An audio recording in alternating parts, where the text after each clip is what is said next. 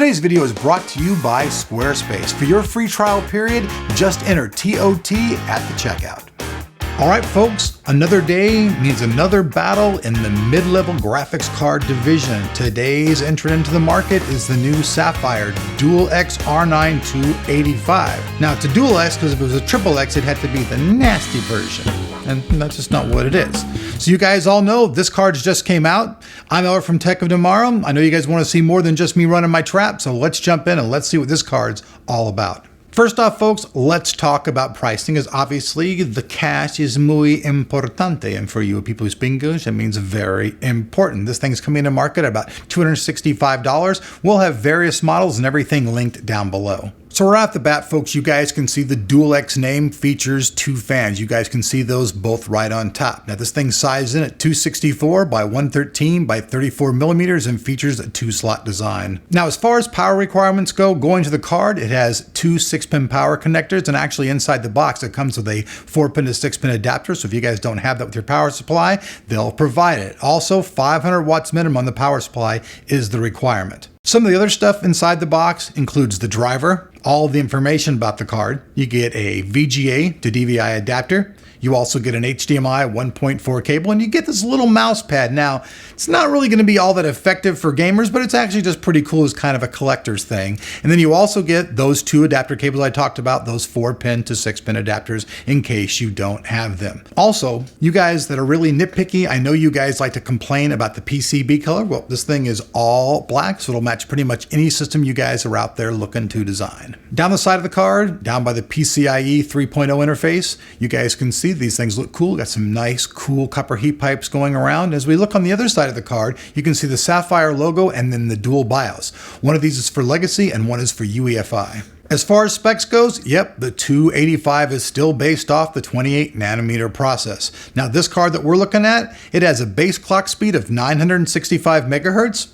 Features 2 gigabytes of GDDR5 memory with a 256-bit memory bus, and it features a 5600 megahertz memory speed. It also features 1792 stream processors, which is just a little bit less than a 280X. As we bounce around to the rear of the card and all the outputs, you guys can see this has an HDMI 1.4 cable included, DisplayPort 1.2, one DVI-I, and one DVI-D. So there are the specs. You guys have seen the card. Now let's rock out to the benchmark song and see how this thing compares to the competition.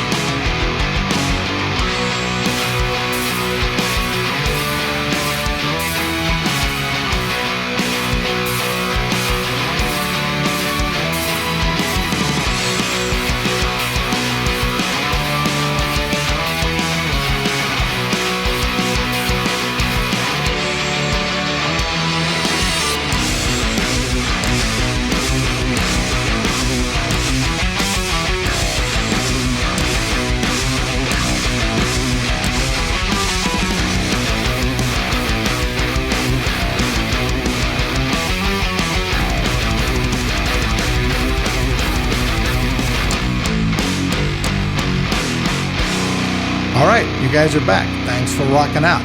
Now, a lot of you guys all want to know what the heck that song is. Well, that is The Human Zoo by me here in the team at Tech of Tomorrow. We hope you guys like it. Also, a lot of you guys ask a lot of times, hey, where's your music and how did you guys get to what you're doing? Well, check this out. Our music website is techoftomorrowmusic.com, and we made that entire thing using Squarespace. They have this totally unique drag and drop interface so that when you go and you try to design your website, you can do it very quickly because everything's really intuitive. A really cool thing about Squarespace as well is they have 24/7 technical support. That's right, these guys are based out of New York, the Big Apple, and no matter what time, day or night that you need them, they are there for you. And it's also never been easier to set up your own online store. You guys get a free trial by entering TOT at the checkout, and also if you guys decide to join, you get an additional 10%. All right, folks, so that pretty much breaks it down. The brand new Sapphire Dual X R9 285 card. Now, as far far as the heat and stuff goes, 29 under idle, 66 under full load. You guys can see it also gives an R9 280X a pretty good run for its money, and in some cases it even beats the GTX 770. So all in all, this is a pretty good card. Like I said in the beginning of the video, this card's coming out at about $265, which is, you know, kind of almost matching the card. They should have just called it $265 and sold it for $265. Wouldn't that have been nice and easy? I think you guys would agree. So that's pretty much it, folks. So I'm Elric. Thanks for watching Tech of Tomorrow. Once again, thanks very much to Squarespace for making this video possible. I know you guys always ask about, hey, where can we get this card and all that stuff? Down there below that like button, there will be a thing called the description, and availability and all that stuff will be down there as well. So I'm Elric. Thanks for watching. If you like what you see and you want to see more, hey, you know what to do. Hit that sub button. See you guys back here on the channel.